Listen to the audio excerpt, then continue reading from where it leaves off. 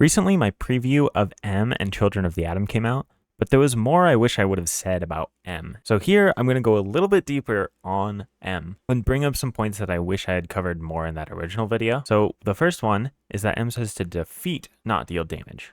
The second is that M says interplay, not play from your hand. And third is Minion versus non-elite Minion.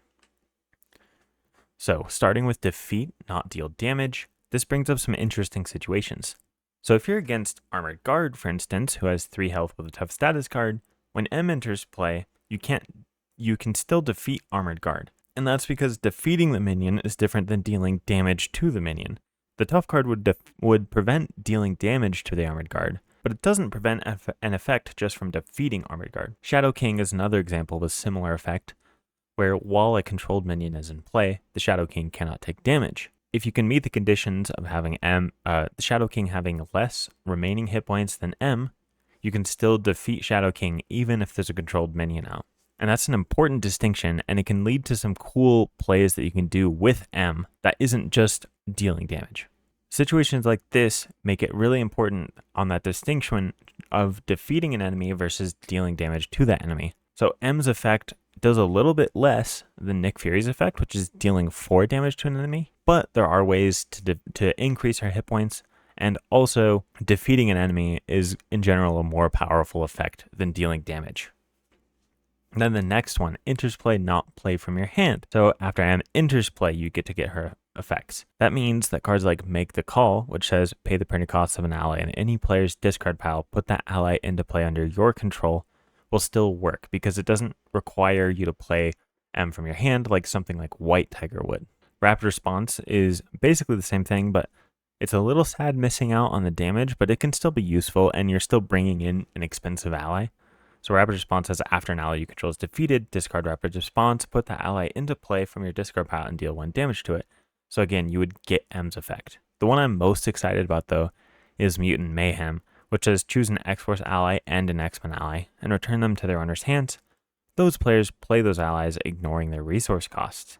So since M is extremely expensive and Children of the Atom is going to make it really easy to meet those trait requirements, you'll be able to play Mutant Mayhem, bring M back to the hand, and then play her using the effect of Mutant Mayhem, and then get her effect, which I'm extremely excited about. And then for the Minion versus non-elite point that I wanted to make, most of the time we see an effect like this, like Karma or Magic, it will be specifically targeting non-elite minions. So Karma can take control of non-elite minions. Magic can choose a non-elite minion and engaged and shuffle that minion into the encounter deck. But M doesn't have that distinction. It's just a minion, which is an important distinction for her because most effects that can just sort of get rid of minions don't work on elite minions. So if you're in a situation like Dark Phoenix, let's say you're playing Phoenix using all the Psionic cards along with M, you can actually just do some damage to Dark Phoenix, and then M's effect will actually be able to defeat Dark Phoenix if you can meet the conditions. I think that's super cool that you can defeat a elite minion and not just non-elite minions with her effect. And in the other video, I went over Uncanny XMen and team training for increasing M's hit points to get more value out of the effect. But there's one that I saw other people talking about on Reddit that I wanted to bring up here. It's Danger Room and Danger Room Training. So I wanted to double check this to make sure that it actually works, and I think it does.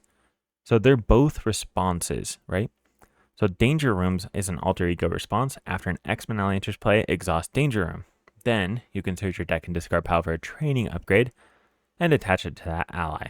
So the target that would work pretty well here is Danger Room Training because it gives her +1 thwart, +1 attack, and +1 hit point. And since these are both responses, they are a simultaneous trigger, meaning that you get to choose which response triggers first. So you can choose to trigger Danger Room's response first, get Danger Room Training attached to M, and then trigger M's response. So in that case, you'll get +1 hit point from Uncanny XMen, +1 from Team Training, and +1 from Danger Room Training, bringing M all the way up to 7 hit points. And that will be able to defeat a minion that has 6 health or less, which is really cool. So the Shadow King on the other slide that I showed, Shadow King has 6 health and can be defeated if you can get this setup. I think it's a pretty cool combo. I'd probably not put it in every deck I made, but certain heroes like Cyclops, where you can spend a lot of time in Alter Ego, I think can make use of this Danger Room combo pretty well. And now I've seen a bit of discussion about this. Is M overpowered? And I don't think she is, personally. I think that her effect is incredibly powerful and it's incredibly fun, and I'm going to add her in a lot of my decks, but I don't think this is like a broken effect that's going to go into every deck that you play. I still think there are other cards that outclass M as far as just pure power. So I think that M is an extremely solid ally, but I wouldn't say that she's overpowered. I think she's just super fun. And that kind of card is my favorite because when it's not super overpowered and I don't feel forced to put it in every deck if I'm trying my hardest to win, I think it's more fun because then I can just build a deck around M and actually have it work super well. And it feels more rewarding getting her effect off, I would imagine. I haven't played her yet, obviously, but I think it will be more rewarding getting her effect off and having it work well than it would to just play Nick Fury every turn or something because his effect is so powerful. And I wanted to bring up some heroes that I'm excited to play M with. So the obvious choice here, Magneto. She comes in Magneto's pack, so I definitely want to play her with Magneto. And Magneto has all these abilities to put cards into his discard pile when he's searching for magnetic cards, which will make it recursion strategies like make the call pretty good on him because then you can just bring M into play with those recursion effects and then get her effect anyways. So in a sense, it'll make it like more consistent from what I can see there.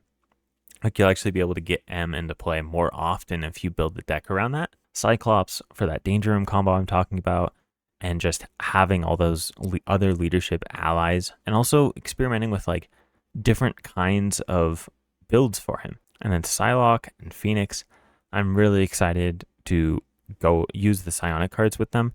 So Psychic Kicker that will let me ready and give the character +2 stats. So M will be a great target for that because she's high health and then has a lot of base stats as well.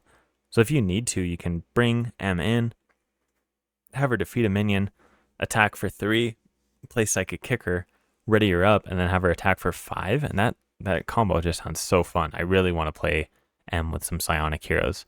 And if you want to see me play M in any of my decks, you can check out my stream.